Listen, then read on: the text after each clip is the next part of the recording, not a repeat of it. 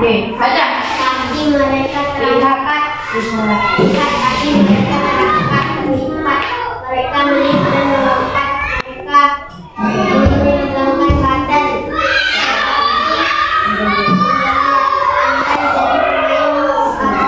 Aku harus berlatih dengan dia. Oke. Oke, Nabil, ke depan Nabil.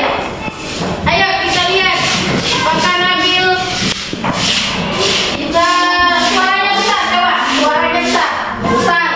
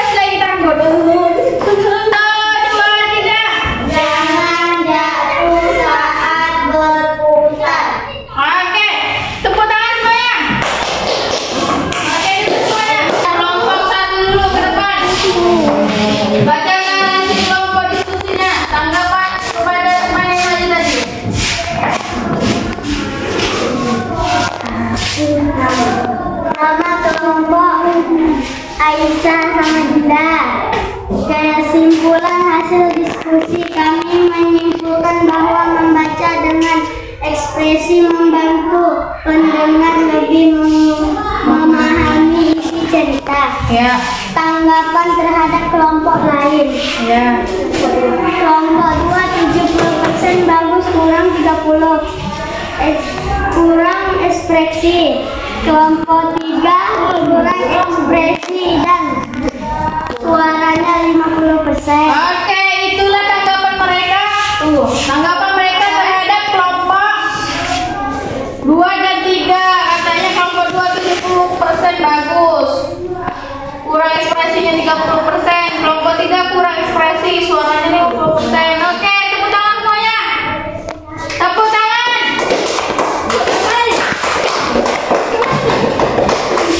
Ayo kelompok 2 maju ke depan.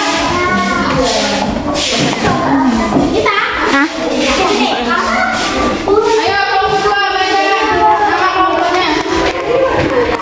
Nama kelompok dan juga kesimpulan hasil diskusi kelompok dengan membaca memakai ekspresi jadi lebih paham isi cerita. Oke.